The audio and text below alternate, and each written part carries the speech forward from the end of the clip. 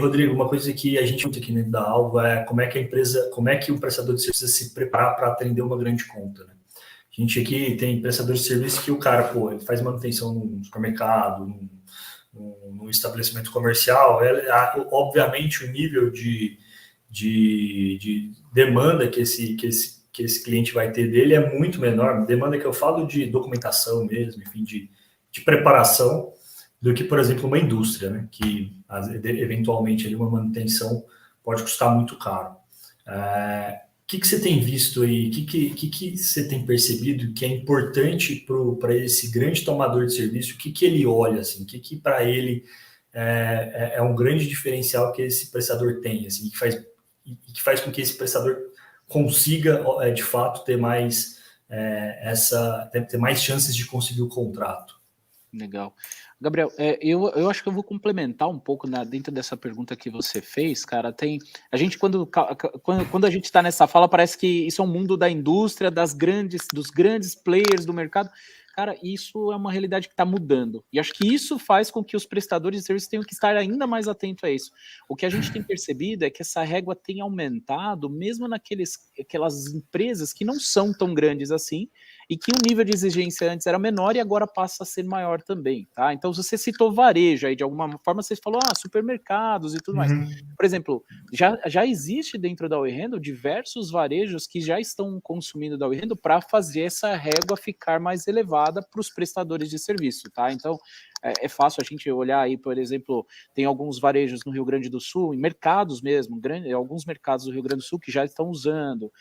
A gente pode dizer aqui, por exemplo, o varejo, por exemplo, o Leroy Merlin, que também é um dos nossos clientes. Cara, é um varejo, de alguma forma, ele teria um prestador de serviço ali, por exemplo, para troca de um ar-condicionado, manutenção de um ar-condicionado, coisas que não são de grande porte, como uma indústria, mas que já estão elevando essa régua também para esses prestadores de serviço. Mas aí, pegando, então, no gancho, dentro desse cenário um pouco mais ampliado, cara, o que a gente percebe muito é que a grande preocupação de quem toma serviço é reduzir o risco, né? E aí ele vai reduzir o risco em 3 frentes basicamente diferentes. Então, a primeira, ele vai olhar assim, em termos de segurança do trabalho, como que essa empresa está se colocando?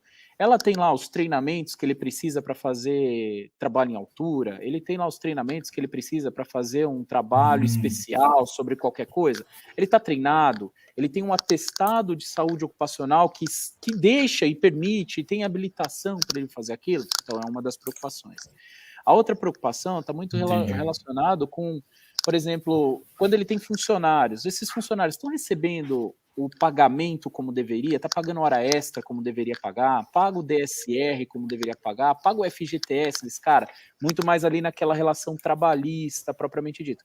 E o último, que faz aí um pouco menção aos dois de alguma forma, é a preocupação com imagem, né? A gente teve recentemente o caso aí de algumas grandes empresas no Sul, né, falando de novo do Sul, que teve aí um caso de trabalho escravo, coisas nesse sentido, que o que você percebe é que faltou ali uma camada para você entender como essas empresas estavam se relacionando com o prestador de serviço. Então, estão subindo essas réguas para, por exemplo, não ter um caso de trabalho escravo, por exemplo. Então, aí, com isso, busca-se informações públicas dessa empresa. Elas não querem se conectar, né? Elas não querem se conectar a esse tipo de risco, né?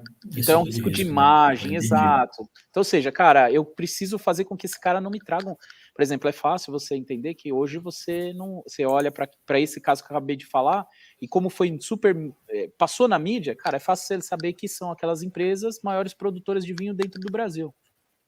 Se eu citar 3 aqui, é fácil de vocês entenderem, né? Todo mundo sabe. Todo mundo já sabe, percebeu? Então, esse risco é o que elas não querem mais trazer para dentro de casa. E isso você faz, por exemplo, com busca de informações públicas, fazendo investigações em campo, também é lógico que tudo isso você pode ampliar esse espectro de entendimento do cliente lá. Mas, basicamente, esses 3 caras são os caras que elas querem olhar.